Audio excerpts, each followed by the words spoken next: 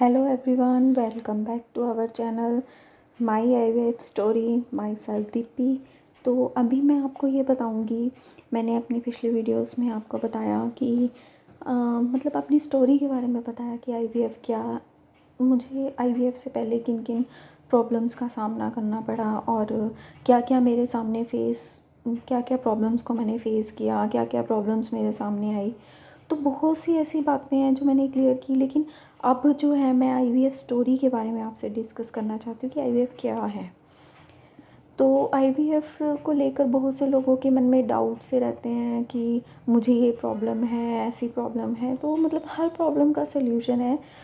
सबसे पहले तो मैं आपको आईवीएफ के प्रोसीजर के बारे में स्टेप बाय स्टेप बताऊंगी आज। और आईवीएफ के प्रोसीजर के बारे में बताने से पहले मैं आपको ये बताऊंगी कि सबसे पहले आपको जो डॉक्टर है वो ऐसा चूज़ करना है। डॉक्टर ऐसा होना चाहिए, ये नहीं है कि हम किसी भी डॉक्टर के पास या सिंपली ऐसे डॉक्टर के पास जा रहे हैं जो, क्योंकि आजकल जो आईवीएफ है वो बहुत कॉमन हो गया है, टेस्ट ट्यूब बेबी बहुत कॉमन हो गया है। हर कोई जो है टेस्ट ट्यूब बेबी के बारे में, जिसको प्रॉब्लम हो रही है वो जल्दी से जल्दी टेस्ट ट्यूब बेबी करवाने के बारे में सोच रहा है।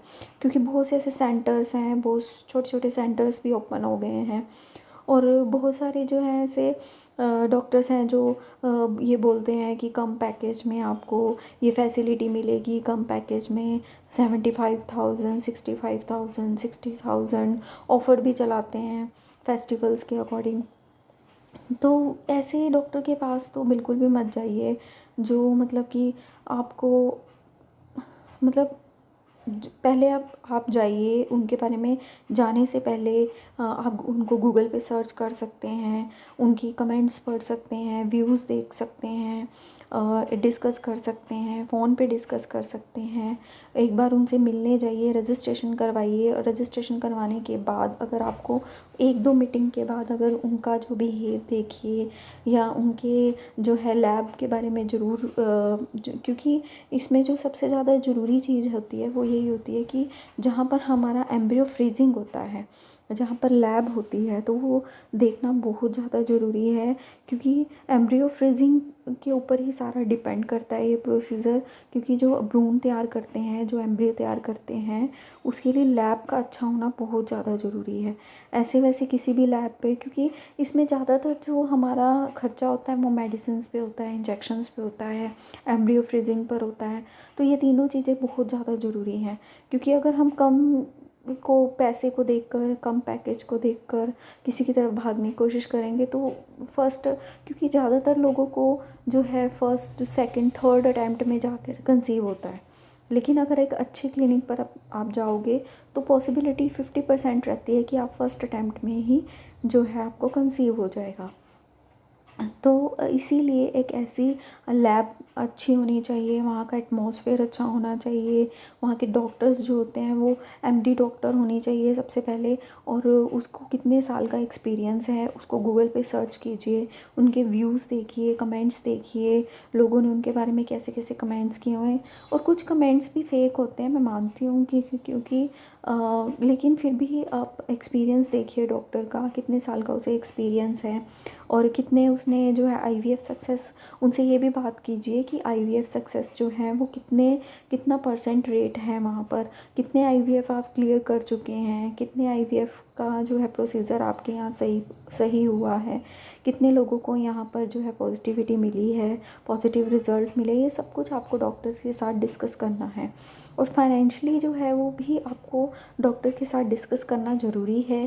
क्योंकि फाइनेंशियली जो है वो अगर आप डिस्कस नहीं करेंगे उनके साथ तो आगे जाके प्रॉब्लम आ जाती है आगे जाके। क्योंकि बहुत सी ऐसी चीज़ें, इंजेक्शन्स होते हैं, दवाइयाँ होती हैं और उनके अल्ट्रासाउंड के अलग अलग रूल्स होते हैं, उनकी अपनी रजिस्ट्रेशंस फ़ीस होती हैं, अपने एम्ब्रियो फ्रीजिंग के चार्जेस होते हैं। अब एम्ब्रियो फ्रीजिंग भी अलग अलग डिपेंड करता है कि जो एम्ब्रियो फ्रीजिंग होता है उसमें क्या होता है कि जो एम्ब्रियो हम फ्रीज़ करवा रहे हैं उनके पास वो होता है वो कुछ ऑफ़र सा देते हैं हमें कि 6 मंथ तक अगर आप इसको फ्रीज़ करवाना चाहते हैं। क्योंकि कई बार फर्स्ट अटैम्प्ट में अगर हमें नहीं पॉजिटिविटी मिलती बाय लक, तो हम सेकंड अटैम्प्ट में उसे यूज़ कर सकें। क्योंकि वो फ्रीजिंग करवाना ताकि हम जो पिछला हमारा इंजेक्शंस का, मेडिसिन्स का, एम्ब्रियो जो एग पिकअप है, वो सब हमारा जो है बच जाता है। तो सिर्फ एम्ब्रियो फ्रीजिंग अगर हमने करवा रखे होंगे तो, और वो हमारे एम्ब्रियो पे भी डिपेंड करता है कि कितने एम्ब्रियो हमारे बने हैं। एम्ब्रियो जो है वो उनके ग्रेड होते हैं, ए ग्रेड, बी ग्रेड के एम्ब्रियोज़ होते हैं, प्लस प्लस ग्रेड के भी एम्ब्रियोज़ होते हैं। तो वो सारे एम्ब्रियोज़ देखने भी ज़रूरी हैं कि किस तरह के एम्ब्रियो वो डाल रहे हैं। उनसे ये भी डिस्कस कीजिए कि हमारे जो एम्ब्रियो हैं वो कौन से ग्रेड के बनाए हैं, आपने कौन से ग्रेड के बने हैं। तो ये सारी अपनी प्रॉब्लम्स उनके साथ डिस्कस कीजिए कि मुझे क्या क्या प्रॉब्लम है। और कई ऐसे लोग होते हैं, अब जैसे कि मैंने यहाँ पर आपके सामने लिखा हुआ है कि मुझे हाइड्रोसल्फिन्स भी था। मुझे हाइड्रोसल्फिन होता है कि ट्यूब्स के अंदर पानी भर जाता है, तो वो प्रॉब्लम भी मुझे थी। पीसीओडी तो कॉमन है ही, आपको पता ही होगा कि एक सिस्ट जो है वो बन जाती हैं। एंड्रोमेट्रोसिस सिस्ट भी थी मुझे, जिसे चॉकलेट सिस्ट बोलते हैं, डर्मोइड सिस्ट बोलते हैं। डर्मोइड सिस्ट जो है वो भी कॉमन है। फाइब्रॉइड्स, रसोली थी मुझे 2। और उसके बाद भी मैंने फ़र्स्ट अटैम्प्ट में 9 ईयर्स आफ्टर कंसीव किया। लेकिन जो है ये सारी प्रॉब्लम्स अपने डॉक्टर के साथ ज़रूर डिस्कस कीजिए, क्योंकि मेरे साथ ऐसा हो चुका है कि प्रॉब्लम होने के बावजूद भी डॉक्टर ये बोलते हैं कि नहीं, आपको क्लियर हो जाएगा, आप फर्स्ट अटैम्प्ट में करवा के देखिए, अगर नहीं होगा तो सेकंड अटैम्प्ट में हम सोचेंगे, फिर आपका ये सब कुछ करने की कोशिश करेंगे। लेकिन आप उनसे पूछिए कि मुझे ऐसी कोई प्रॉब्लम तो नहीं आ सकती है, अगर मुझे फाइब्रॉइड है या सिस्ट है उसका बच्चे के ऊपर कोई इफ़ेक्ट तो नहीं पड़ेगा।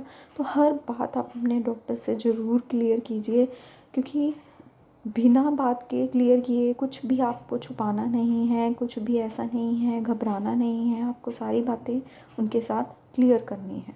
तो अभी मैं आपको स्टेप बाय स्टेप इसका प्रोसीजर बताऊंगी कि आईवीएफ का क्या स्टेप बाय स्टेप प्रोसीजर रहता है।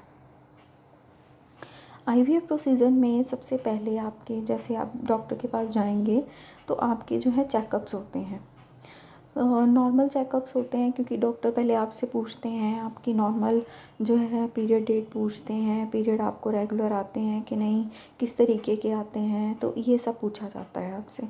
तो उसके बाद डॉक्टर पूछता है कि पहले आपको कभी कंसीव हुआ है कि नहीं, अगर आपको ज़्यादा टाइम हो गया है तो इतने टाइम आपने वेट क्यों किया आईवीएफ को, आईवीएफ के लिए आपको किसने प्रिस्क्राइब किया, आईवीएफ क्यों करवाना चाहते हैं। तो ये सारे कुछ क्वेश्चंस होते हैं जो वो आपसे पूछते हैं। उसके बाद अगर उन्हें सब कुछ सही लगता है, उन्हें लगता है कि आईवीएफ के लिए हमें सीधा जाना चाहिए, या उससे पहले हमारे को अगर कोई प्रॉब्लम है, कोई फाइब्रॉइड है या उसका कुछ सिस्ट है, उसका कुछ ट्रीटमेंट करवाना है, वो करवाना है, तो पहले उसका ट्रीटमेंट चलेगा, उसके बाद ही आपका आईवीएफ होगा। लेकिन अगर उन्हें लगेगा कि सब कुछ क्लियर है तो फिर सीधा वो आईवीएफ के लिए आपको प्रिस्क्राइब कर देते हैं। तो आईवीएफ के लिए स्टार्टिंग जो रहती है वो पहले चेकअप से रहती है। कुछ टेस्ट होते हैं, नॉर्मल टेस्ट होते हैं। अगर सिस्ट है, जैसे मुझे सिस्ट थी, तो सिस्ट से रिलेटेड भी कुछ मेरे 2-4 टेस्ट हुए थे जो कि कैंसर से रिलेटेड थे। 4 टेस्ट हुए थे, वो टेस्ट भी करवाने ज़रूरी होते हैं। लेकिन अगर आपको ऐसी कोई प्रॉब्लम नहीं है तो ये नॉर्मल टेस्ट ही होंगे आपके, जिसमें ब्लड टेस्ट हो गए, शुगर टेस्ट है। शुगर 2 तरह की होती है आपकी, फास्टिंग और नॉन फास्टिंग। थायराइड, आपको थायराइड का तो हर मंथ आपका एक टेस्ट ज़रूर होगा। ब्लड ग्रुप आपका क्या है, ब्लड आपकी बॉडी में कितना है। एचआईवी, सिस्ट से रिलेटेड, जैसे कि मैंने आपको बताया कि मेरे टेस्ट हुए थे, कंप्लीट ब्लड काउंट उसका टेस्ट होगा। उसके बाद यूरिन टेस्ट होगा कि आपको यूरिन से रिलेटेड कोई इन्फेक्शन तो नहीं है। कुछ कॉमन अल्ट्रासाउंड्स होंगे आपके, तो अल्ट्रासाउंड में ये देखेंगे कि आपके जो है एग अच्छे से बन रहे हैं या नहीं, या कितने एग बन रहे हैं, या आपकी ओवरीज, यूट्रस जो है वो क्या, उसका साइज़ क्या है, उसको मतलब ठीक है, अंदर कोई इन्फेक्शन तो नहीं है। तो वो सब चीज़ें वो देखेंगे अल्ट्रासाउंड के अंदर। उसके बाद जब उन्हें ये सारी रिपोर्ट्स मिल जाती हैं, जब सारी रिपोर्ट्स उनके पास आ जाएंगी और सारी रिपोर्ट्स अगर ओके हैं तो ठीक है। अगर आपको छोटा मोटा जैसे यूरिन में कोई इन्फेक्शन है या ब्लड की कमी है, तो ब्लड की कमी है तो वो तो स्टार्टिंग साथ के साथ चलता रहेगा। लेकिन अगर यूरिन में कोई इन्फेक्शन है तो कुछ आपको एंटीबायोटिक देंगे। एंटीबायोटिक तो वो देते हैं, हस्बैंड और वाइफ दोनों को देते हैं। अगर यूरिन टेस्ट में कुछ प्रॉब्लम आ जाती है, कोई इन्फेक्शन आ जाता है छोटा सा, तो उसकी भी इन्फेक्शन की वो मेडिसिन हमें देते हैं। थायराइड में अगर प्रॉब्लम है तो थायराइड की पहले मेडिसिन चलेगी, शुगर से रिलेटेड है तो शुगर, बीपी है तो उससे रिलेटेड आपकी मेडिसिन चलती रहेंगी। उसके बाद इंजेक्शन, जो इसमें मेन रोल होता है वो इंजेक्शन्स का होता है। इंजेक्शन कैसे रहते हैं, इंजेक्शन जो है वो आपको स्टार्टिंग में इंजेक्शन लगेंगे। वो इंजेक्शन आपको बहुत ध्यान से इंजेक्शन, क्योंकि वो बहुत कॉस्टली भी होते हैं। और कुछ इंजेक्शन्स होते हैं जैसे जो पेट पे इंजेक्शन लगते हैं तो जो इंजेक्शन लगते हैं उनका एक टाइमिंग होता है, तो वो टाइमिंग के अकॉर्डिंग ही इंजेक्शन लगवाने होते हैं। मतलब कि बिल्कुल भी टाइम को आप 1 सेकंड भी ऊपर नहीं कर सकते, तो वो ये टाइमिंग का बहुत इफ़ेक्ट होता है इंजेक्शन। और उसमें जो है, जब इंजेक्शन हमारे को लगाए जाते हैं तो उसमें ये बोला जाता है कि आपको ज़्यादा से ज़्यादा पानी जो है वो उसका इंटेक ज़्यादा रखना है, पानी ज़्यादा से ज़्यादा लेना है आपको, और प्रोटीन जो है वो खाना है। जो मुझे बताया गया था उसमें यही था कि आपको प्रोटीन ज़्यादा लेना है, ठीक है। तो इंजेक्शन्स का रोल इसमें सबसे ज़्यादा रहता है। इंजेक्शन जो है आपको स्टार्टिंग में वो डिपेंड करता है कि आपकी बॉडी के अकॉर्डिंग आपको जो है वो अल्ट्रासाउंड के साथ चेक करते रहते हैं कि आपके जो एग्स हैं, एग्स बनाने के वो इंजेक्शन्स होते हैं कि वो एग्स जो हैं वो कितने बन रहे हैं। क्योंकि इसमें नॉर्मली जो हमारी ओवरीज़ के अंदर एग्स बनते हैं वो एक ओवरी के अंदर 1 महीने में एक ही एग बनता है, लेकिन उसमें वो जो है बहुत सारे एग बनाते हैं। अप्रॉक्सीमेट वो 20 to 21 या 15 एग्स वो बनाते हैं। तो उसमें से वो जो एग्स की क्वालिटी को चेक करते हैं, जो अच्छे होते हैं वो तो बाद का प्रोसीजर रहता है। लेकिन ये सब जो इंजेक्शन होते हैं वो एग के लिए लगाए जाते हैं कि एग जो है वो अच्छे बने और ज़्यादा बने। तो ये इंजेक्शन का रोल बहुत ज़्यादा है इसमें।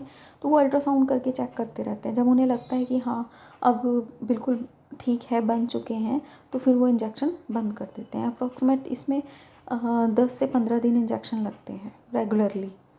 उसके बाद मेडिसिन्स होती हैं। मेडिसिन्स में आपको फॉलिक एसिड दिया जाता है और 1-2 दवाइयाँ और दी जाती हैं। वो डॉक्टर पे डिपेंड करता है कि वो किस तरह से दवाइयाँ देता है, जैसे कि प्रोजेस्टेरॉन वगैरह की दवाइयाँ दी जाती हैं। उसके बाद जब इंजेक्शन्स और मेडिसिन्स का प्रोसीजर जब एग बन जाता है तो वो उन्होंने डे डिसाइड किया होता है, डे 3 डे 5 पे वो हमें बुलाते हैं। उस दिन एग पिकअप होता है आपका। एग पिकअप से पहले क्या होता है कि कुछ आपको एलर्जिक दवाइयाँ दी जाती हैं, चेक किया जाता है। उसके बाद आपको जो है एक बेहोशी का इंजेक्शन लगाया जाता है, जो कि बैक पे, पीठ पर लगाया जाता है, लोअर बैक में। वो इंजेक्शन दिया जाता है आपको। इंजेक्शन देने के बाद आपका जो है एग पिकअप होता है। उसमें आपको जो है रेस्ट करना होता है उसके बाद कुछ टाइम के लिए। और एग पिकअप के बाद उसके बाद एग पिकअप वाले दिन ही आपका सीमन, आपके हस्बैंड का जो है वो सीमन सैंपल लिया जाता है। उसके बाद है एग फ्रीजिंग। एग फ्रीजिंग, जब वो एग पिकअप हो जाता है तो उसको फ्रीज़ करवाया जाता है। फ्रीज़ करवाने का मतलब होता है कि उसे फ्रीज़ कर दिया जाता है। उसको जो है उसका एम्ब्रियो का जो वहाँ पर प्रोसीजर बनता है, एम्ब्रियो जो है वो देखे जाते हैं कितने एम्ब्रियोज उसमें से बनेंगे। क्योंकि कुछ एग्स की जो होती है क्वालिटी ठीक नहीं होती तो वो एम्ब्रियो तक नहीं पहुँच पाता। तो एम्ब्रियो में भी 2 तरह के एम्ब्रियोज होते हैं, डे 3 और डे 5 के एम्ब्रियोज होते हैं। डे 3 के होते हैं वो भी उसमें काउंट करते हैं कि डे 3 वाले कितने हैं, डे 5 वाले को ब्लास्टोसिस्ट बोलते हैं। तो वो एम्ब्रियोज जो हैं वो वहाँ पर बनते हैं। तो वो प्रोसीजर वहाँ पर जो चलता है, फिर उसके बाद जब उन्हें अगर लगता है कि सेम साइकिल में, यानी कि जिस मंथ उन्होंने आपके एग पिकअप किया है उसी मंथ में आपको जो है एम्ब्रियो ट्रांसफ़र करना है, जाकर जो एम्ब्रियो तैयार हुए हैं वो एम्ब्रियो ट्रांसफ़र करना है, या फिर नेक्स्ट मंथ में करना है, वो डिपेंड करता है। उसके बाद जब एम्ब्रियो ट्रांसफ़र का प्रोसीजर कोई ज़्यादा बड़ा नहीं होता है, 10 मिनट का प्रोसीजर होता है। उसमें कोई बेहोशी का इंजेक्शन नहीं दिया जाता, कोई दवाई कुछ नहीं दिया जाता, सिर्फ यूरिन का प्रेशर होना ज़रूरी होता है। और उसमें आपको जो है एम्ब्रियो ट्रांसफ़र कर दिया जाता है। उसके बाद आपको कुछ रेस्ट के लिए बोला जाता है, काफ़ी सारी मेडिसिन्स दी जाती हैं। उसके बाद भी आपके इंजेक्शन जो हैं वो लगते रहते हैं। ये इंजेक्शन जो होते हैं वो आपको स्पॉट देने के लिए होते हैं। अंदर स्पॉटिव मेडिसिन्स होती हैं, स्पॉटिव इंजेक्शंस होते हैं जो आपको दिए जाते हैं, जो आपको एम्ब्रियो को इम्प्लांटेशन में हेल्प करते हैं। इम्प्लांटेशन का मतलब होता है कि अंदर भ्रूण जो है वो यूट्रस पर जाकर चिपक जाना चाहिए, तो वो उस पर जो है उसके लिए मेडिसिन्स और इंजेक्शंस आपको देते हैं। उसके बाद ये जैसे मेरा एग पिकअप हुआ था, तो एग पिकअप जो है date of the frozen embryo transfer day 2 जो मेरी पीरियड डेट थी उसके डे 5 के अकॉर्डिंग हुआ था। उसके बाद एम्ब्रियो जब थ्रो हुआ था तो कितने एम्ब्रियो जो है वो थ्रो हुए हैं, कितने मेरे एम्ब्रियो बने हैं, और जो है ट्रांसफ़र ईज़िली हुआ है या डिफ़िकल्ट हुआ है, ये सब मेंशन उसमें करते हैं। कितने एम्ब्रियो तैयार हुए हैं, राइट ओवरी में कितने फॉलिकल्स थे, लेफ़्ट ओवरी में कितने फॉलिकल्स थे, टोटल जैसे कि 15 + 6 21 थे एंड्रोमेट्रियम लेयर। और सबसे ज़्यादा अगर मैं आपको बोलूँ तो एंड्रोमेट्रियम जो लेयर है, जहाँ पर जो बच्चेदानी की जो अंदर लेयर बनती है, जहाँ पर जाकर भ्रूण जो है वो इम्प्लांटेशन होता है, उसकी लेयर का अच्छा बनना बहुत ज़्यादा ज़रूरी है। तो ये चेकअप डॉक्टर ज़रूर करते हैं। जब तक वो लेयर अच्छी नहीं बनती है तब तक उसमें एम्ब्रियो ट्रांसफ़र नहीं किया जाता। तो ये लेयर होना बहुत ज़्यादा ज़रूरी है। तो इसके बारे में आपको भी, क्योंकि ये ज़रूरी नहीं है कि ये सब काम तो डॉक्टर का है, हमारा काम नहीं है वो हम लेकिन आपको भी इसके बारे में जानकारी होना बहुत ज़रूरी है। क्योंकि मैं जब भी कोई मेडिसिन लेती थी या जब भी किसी डॉक्टर कोई मुझे प्रोसीजर बताता था तो मैं उसको सर्च करती हूँ, उसको देखती हूँ, उसको समझती हूँ, क्योंकि हमें उसकी नॉलेज होना बहुत ज़रूरी है। अगर हमें नॉलेज नहीं होगी तो हम डॉक्टर से कोई क्वेश्चनिंग नहीं कर सकते, हम उनसे नहीं पूछ सकते। तो हमें इसके बारे में नॉलेज होना बहुत ज़्यादा ज़रूरी है। आपको नॉलेज होगी तभी आप डॉक्टर से क्वेश्चन कर सकते हो और डॉक्टर भी उसी वे में आपसे बात करेंगे। तो ये सारा जो है, अब मैंने आपको आईवीएफ प्रोसीजर के बारे में बताया, ये प्रोसीजर रहता है। नेक्स्ट स्लाइड में मैं आपको आईवीएफ की जो कॉस्टिंग क्या रहती है, जो सबके माइंड में रहता है कि कॉस्टिंग क्या रहेगी, तो वो कॉस्टिंग जो होती है वो वैसे तो डिपेंड करती है हमारी हेल्थ के अकॉर्डिंग। क्योंकि कईयों को जो अगर ज़्यादा प्रॉब्लम होती है तो उनके इंजेक्शन्स भी ज़्यादा बढ़ जाते हैं। बीच में अगर जब हमारा अगर हमें कंसीव हो जाता है, पॉजिटिव रिज़ल्ट आ जाता है, तो डिपेंड करता है कि कहीं बीच में अगर कोई प्रॉब्लम आ गई है तो फिर से मेडिसिन्स जो है वो बढ़ा दी जाती हैं, इंजेक्शन्स बढ़ा दिए जाते हैं, हाई डोज दी जाती है, तो वो उनकी जो है चार्जेस अलग अलग रहते हैं। तो ये सारा मैं आपको नेक्स्ट वीडियो में डिस्कस करूँगी। अभी मैं आपको सिर्फ आईवीएफ प्रोसीजर के बारे में बता रही हूँ। तो ये जो है सारा प्रोसीजर रहता है, चेकअप रहता है, injection, medicine, egg pickup, semen sample रहते हैं, एग फ्रीजिंग होती है। तो ये सारे चार्जेस मैं आपको बताऊंगी कि इसमें टेस्ट के और ये सारे चार्जेस, और आप कहाँ से मतलब इसको कैसे प्रोसीजर जो है इसका रहता है फाइनेंशियली, तो वो मैं सारा आपके साथ डिस्कस करूँगी। अभी मैंने सिर्फ आपको आईवीएफ प्रोसीजर के बारे में बताया। तो आप मेरी नेक्स्ट जो वीडियोस हैं उनको ज़रूर फॉलो कीजिए, क्योंकि आप मेरी वीडियोस देखेंगे, उनको फॉलो करेंगे, सब्सक्राइब करेंगे, और बेल आइकन को दबाएंगे, प्रेस करेंगे, तभी आपको पता चलेगा, तभी आपके पास कोई नोटिफिकेशन आएगा। तो आप मेरी वीडियोस को फॉलो करते रहिए। मैं आपको हर एक प्रोसीजर के बारे में बताऊंगी। अगर आपको कोई डाउट है, कुछ नहीं आपको पता चल रहा है, तो अगर मुझसे हो सकेगा तो मैं कोशिश करूँगी आपके कमेंट्स का आंसर देने की। Thank you so much.